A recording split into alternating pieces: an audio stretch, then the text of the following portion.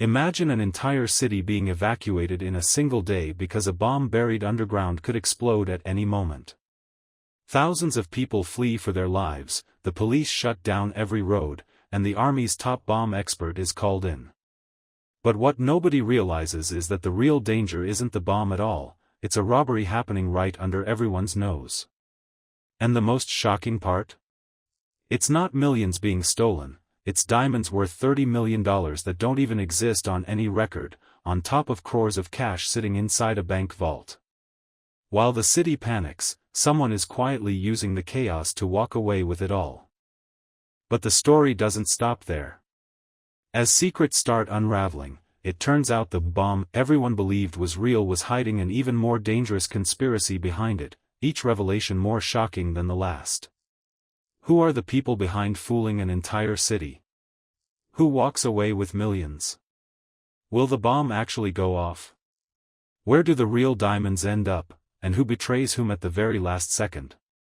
By the time you learn the final twist, you won't be able to look away. The story opens with construction workers at a site, operating an excavator, when the machine suddenly strikes a massive bomb buried underground. Panic breaks out immediately. This bomb could detonate any second and level the entire surrounding area. Photos from the scene are rushed to an expert bomb disposal officer named Tranter. The moment he sees them, he understands the severity of the situation. Without wasting a second, he orders a security cordon set up within an 800-meter radius and has everyone nearby alerted immediately. Thanks to tight coordination across departments, the area is cleared out fast, police lock down the streets, and people are evacuated to safety. Within minutes, the whole zone looks empty. Except for one apartment, where a particular room stands out, completely different from everywhere else. Its windows and doors are shut tight, curtains drawn, so no one can see what's happening inside. Several men are in that room, and while everyone else is following the army's evacuation orders, these men show no intention of leaving. They act as if the danger outside doesn't concern them at all. A neighbor named Rahim notices their strange behavior and finds it odd, but with a bomb threat looming, he doesn't have time to dwell on it. His priority is getting his own family somewhere safe, so he quickly gathers them and leaves. Soon after, Tranter and his team arrive at the construction site. They meet the site supervisor, gather details about the situation, and immediately begin planning how to defuse the bomb. During their assessment, they realize this bomb closely resembles one that was disarmed in Exeter 2 years earlier. While the team is discussing the safest approach, an officer from the emergency planning department rushes in with an urgent warning: a 400 kilovolt main power line runs directly beneath the construction site. That means before they can even attempt to defuse the bomb, the entire area's power has to be shut off, because if an explosion damaged those lines, it could trigger a cascade of further accidents and massive losses. The team then sends a robot down toward the bomb, and as the camera feed comes through, Tranter notices the bomb's main body is buried deep in the ground, with the surrounding area flooded with dirty water. Before they can safely reach the bomb, all the standing water needs to be cleared. His soldiers carefully lower a suction pipe to begin draining it. Once the water is cleared, work on defusing the bomb finally begins. At the same time, power across the entire area is cut, and every surrounding road is blocked off, with police stationed at every intersection to keep anyone from entering the restricted zone. Meanwhile, the 4 suspicious men make their move. Dressed in protective gear, they head down to the apartment's basement, where they'd already stashed all the equipment they'd need. Along one wall of that basement sits the bank vault. Their real plan is now clear: they intend to exploit the chaos surrounding the bomb to break in and rob the bank of everything inside. Working with clear division of labor, they get to it immediately. One man heads out to the street to keep watch and sets up a hidden camera. Another starts a generator hidden inside a dustbin, which powers all their equipment. As it kicks on, the remaining 3 grab angle grinders and start cutting into the wall. Before long, they switch to sledgehammers, pounding the wall relentlessly until, within minutes, they've broken through the outer bricks. The police remain completely unaware. Interestingly, the bank's own alarm had been going off the entire time, and one bank employee even suggested it be investigated, but with the area already cordoned off for the bomb threat, the officer in charge dismissed the alarm entirely. Having cleared the outer wall, the thieves reach the reinforced concrete layer behind it and start drilling into it for the next phase, work that demands real patience, since the noise risks exposing them. That's why Coralice, one of the gang, is stationed outside to monitor the police. His job is to watch for patrol cars. Whenever one passes, he signals the others to kill the machine instantly. Back at the construction site, work intensifies. Once the water is drained, Tranter and his team return with specialized equipment to carefully clear away soil around the bomb, and discover a pressure detonator on top of it. Examining it closely, they find it still fully intact, not degraded at all, which is worse news than expected. Digging deeper, Tranter discovers the bomb doesn't just have a pressure detonator, there's also a timer detonator hidden inside.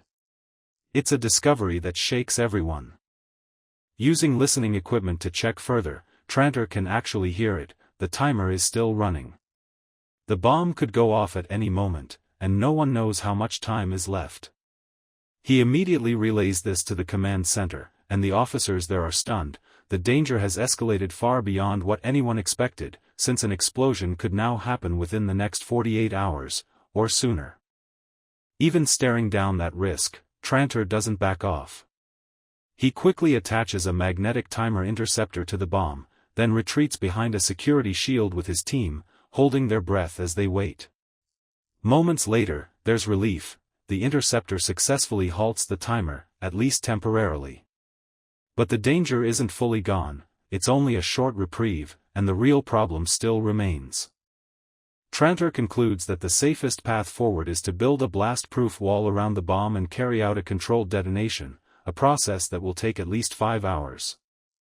Meanwhile, the thieves are racing against the very same clock.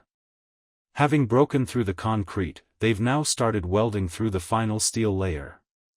Both sides are working under intense time pressure, Tranter's team trying to save the city, and the thieves trying to empty the vault, every second mattering enormously on both ends.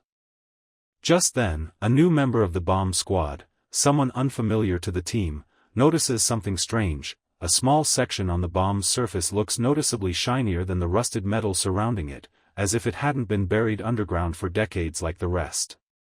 He flags this to Tranter, who brushes it off, assuming a construction machine must have accidentally scraped that spot during digging.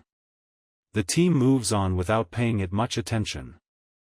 Eventually, the thieves break through the final steel wall and get inside the vault. Their first move is to spray mist over the security cameras so nothing gets recorded, then they set up lighting and start the actual robbery. Inside, they find a large stash of gold, but it's too heavy to carry out easily, so they're forced to leave it behind and instead focus on cash and smaller, valuable jewelry. Meanwhile, the new bomb squad member still isn't satisfied. He's convinced something is off about the bomb, and calls Tranter back over to look at that shiny patch again. But just as the two of them regroup to examine it, something shocking happens. The timer, which had stopped, suddenly starts counting down again. Panic spreads across everyone's faces. With this new development, they no longer have time to finish building the blast-proof wall. Given the circumstances, Tranter decides on an extremely risky move, carefully drilling into the detonator and injecting a special fluid that, if it reaches the right internal component, would jam the mechanism and render the bomb a dud. It's their last remaining option. As Tranter's team prepares for this dangerous procedure, the police also pick up something unusual on a surveillance drone, 2 separate heat signatures. One is clearly the bomb squad at the construction site, but nobody can identify the source of the second one.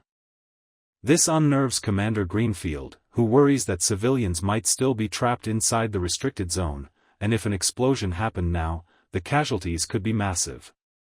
She immediately orders the bomb defusal process halted. Inside the bank, the 4 thieves are working at full speed, moving through security systems one by one, cracking open lockers and stuffing their bags with valuables, clearly determined to take everything they can. At one point, Coralise slips away toward a specific cabinet tucked in a corner of the vault. He opens it carefully, pulls something out, and pockets it. The gang leader notices but doesn't react much. He simply tells Coralise to add it to the rest of the loot. Around this time, officers dispatched by Commander Greenfield arrive at the apartment. Coralise, watching from outside, realizes the building is about to be searched. He immediately warns his crew to wrap up fast and get out. But then something unexpected happens. As he tries to leave the building, a police officer stops him and asks him to submit to a search. Without hesitation, Coralise bolts, sprinting away, instantly raising the officer's suspicion. Inside, the other thieves hear the commotion outside and realize their time has run out. The whole crew scrambles to prepare their exit. And then, something no one expected happens. The bomb's timer suddenly and completely stops. Everyone at the site is stunned into silence, unsure what just caused it. Fortunately, when the explosion does eventually occur, there's no one nearby, so only minor injuries result and a major disaster is narrowly avoided. The four thieves regroup and decide they need to leave immediately. After checking their situation, they split into two groups heading in different directions. The first group exits through the main entrance to a waiting getaway car, tasked with staying ready to move the moment the rest of the crew arrives. The second group climbs to the rooftop, carrying two large boxes stuffed with loot, far too much to carry safely through a restricted, heavily monitored zone. Fortunately, they'd already planned for this. Two drones launch from the roof, one after another, carrying the boxes out of the restricted area toward a rendezvous point. Meanwhile, the remaining two thieves slip into a pre-arranged mock construction pipe and use it to escape underground, following a route they know intimately. Just as they start moving, Commander Greenfield senses something is wrong and orders an immediate pursuit. Even though the thieves have already handed off the goods, the police chase them for a long stretch before the pair manage to duck back into the underground pipe system. Thanks to their detailed knowledge of the tunnels, they successfully lose the officers and make it safely back to their companions in the getaway car. There, they retrieve the first drone along with the stolen goods it carried. Their entire plan appears to have succeeded. Meanwhile, even after the explosion, the new bomb squad member still can't shake his suspicions. He decides the explosive residue needs chemical testing, and this time Tranter takes him seriously, agreeing to request a re-examination, bringing the matter to Commander Greenfield's attention so the bomb fragments can be properly analyzed. At the same time, a police officer following the thieves' trail reaches the basement where it all began, only to find the bank vault nearly emptied. He immediately reports this to Commander Greenfield, who realizes the situation goes far beyond the bomb. There's been a full-scale bank robbery too.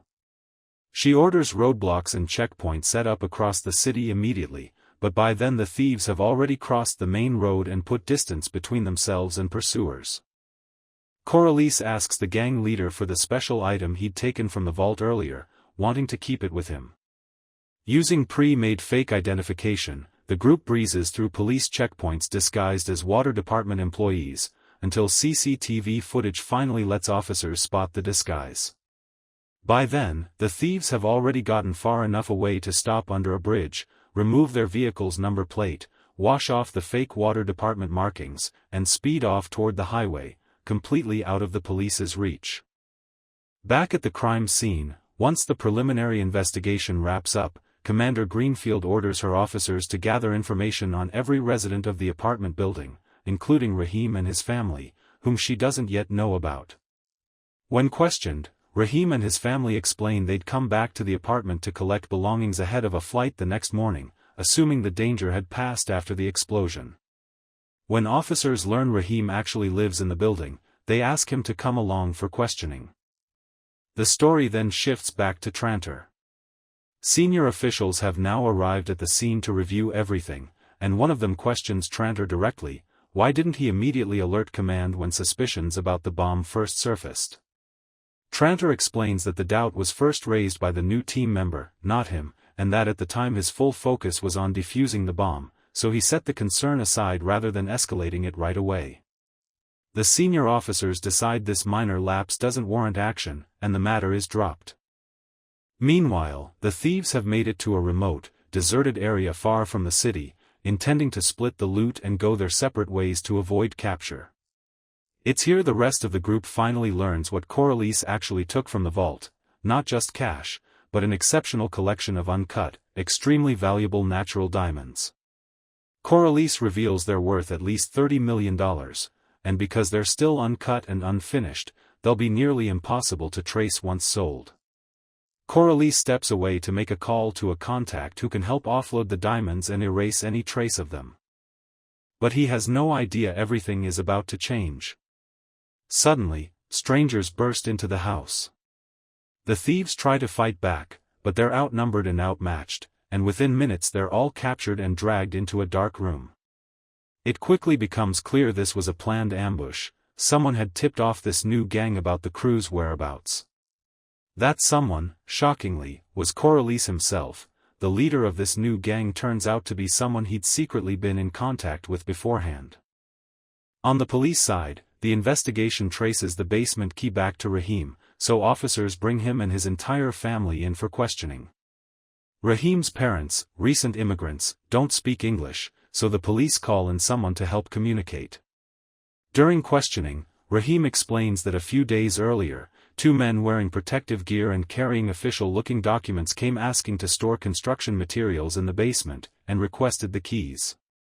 Believing there was no reason to distrust what looked like a government department request, he handed the keys over without hesitation, with no idea it would lead to a massive bank robbery. Satisfied that Rahim has no direct involvement, the police let him go home to pack. Because the power is still out and the elevator isn't working, officers have to help his elderly family members climb the stairs.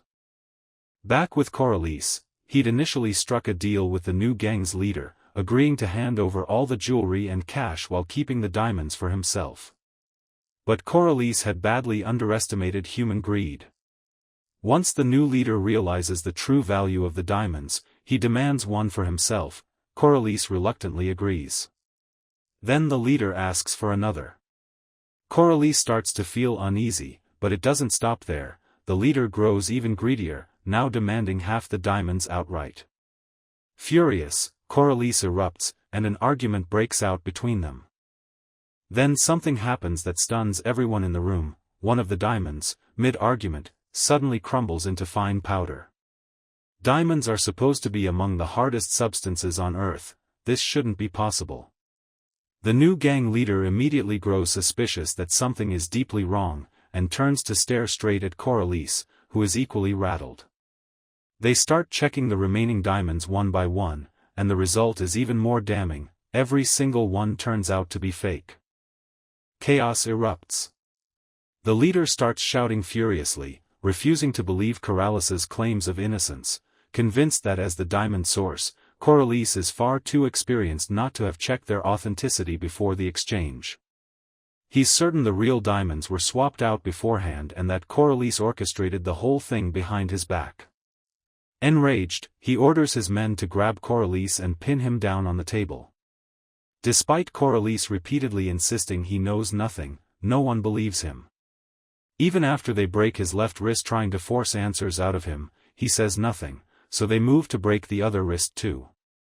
Still, Coralise won't talk. This only deepens the leader's suspicion, and he decides to move Coralise somewhere else to extract the truth by force. His men throw Coralise into a car trunk and the whole gang departs. Meanwhile, back at the site, Tranter and his bomb disposal team celebrate their apparent success and head home, though there's a strange unease on their faces, as if something is still weighing on them. Not long after, Tranter gets a call from a senior officer. The soil sample analysis from around the bomb is complete.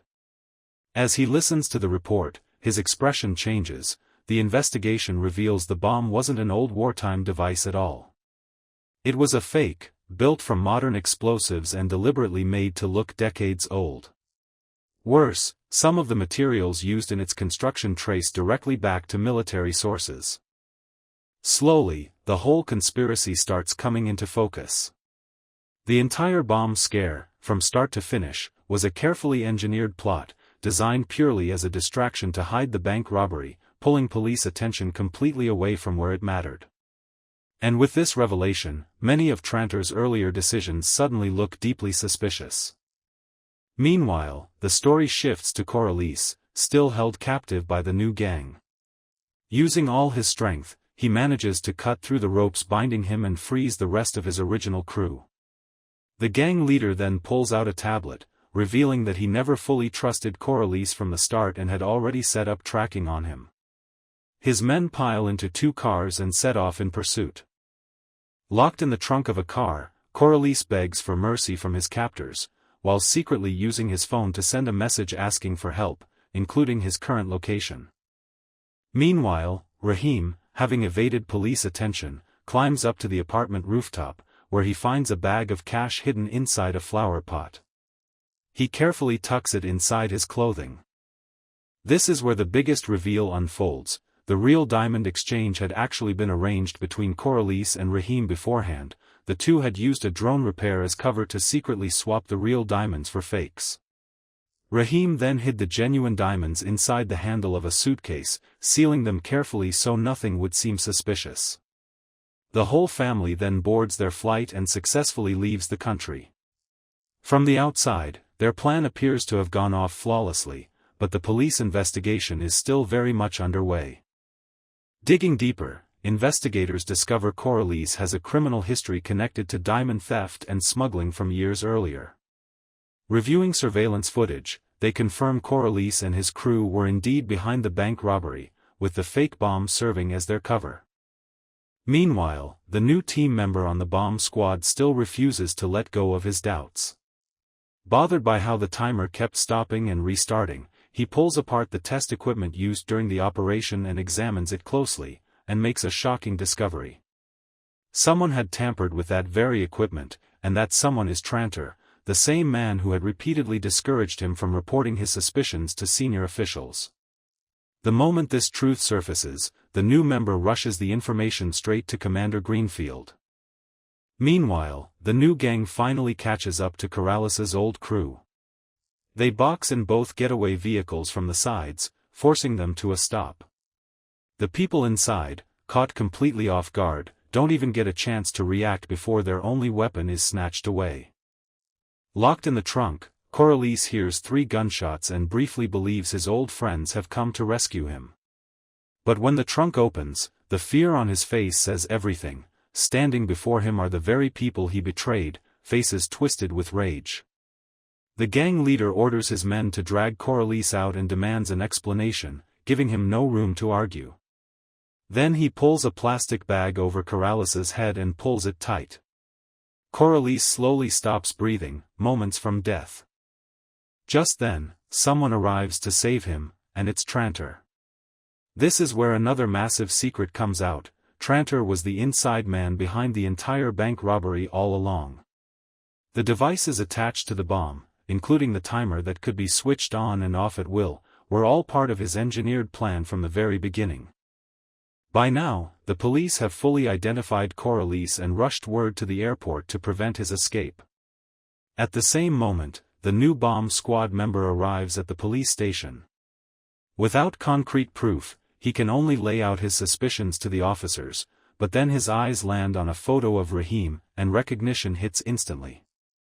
He remembers Rahim from Afghanistan, where he'd worked as a translator alongside Trantor, and that Trantor was the one who'd helped Rahim's family relocate and settle in this country.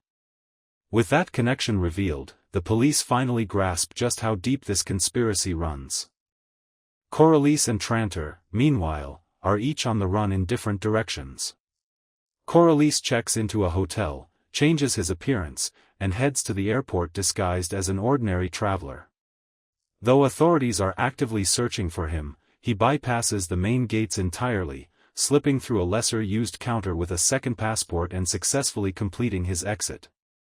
Trantor, for his part, makes it to the airport as well, boards a private jet, and leaves the country. By the time police reach his house, it's completely empty, though the equipment and notebooks left behind are more than enough to confirm that the entire fake bomb scheme was masterminded by him. Some time later, Trantor, Coralise, and Rahim reunite at a restaurant in Turkey, and this is where the story of their shared past finally comes to light. Their connection isn't recent, it goes back 9 or 10 years.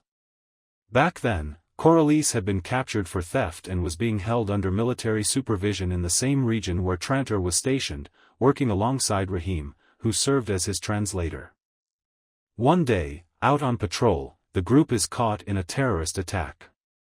As Trantor tries to lead everyone to safety, Rahim accidentally triggers a pressure mine, any movement forward risks setting it off. At that same moment, a nearby military convoy is hit at the front, and the lead vehicle is destroyed, triggering heavy gunfire from both sides. In the chaos, Coralice tries to make a break for it, but runs straight into Trantor. Trapped between enemy fire and a live mine beneath him, his only way out is to follow Trantor's lead in defusing it. Out of sheer necessity, the three form an uneasy alliance. Rahim holds off the attackers with gunfire while Coralice follows Trantor's instructions to slowly disarm the mine. After an intense struggle, they manage to force the enemy back, and the mine is finally deactivated. That brush with death forges a deep, lasting bond between the three of them, a trust built over years. But Coralice never fully lets go of the humiliation from his past, or his desire for payback. Eventually, he devises the entire bank heist plan, and both Rahim and Trantor agree to join him. Together, they engineer the fake bomb as a distraction to pull the whole city's attention away, allowing the real robbery to succeed and giving them access to the genuine diamonds. Afterward, they arrange a deal to sell all the diamonds, and once it goes through, a massive payout lands across their accounts, split evenly, with each of them walking away with millions of dollars. They then go their separate ways to avoid drawing any suspicion, and the story reaches its conclusion, a tale that begins with a fake bomb and ends up unearthing both a multi-million-dollar heist and a bond forged years earlier.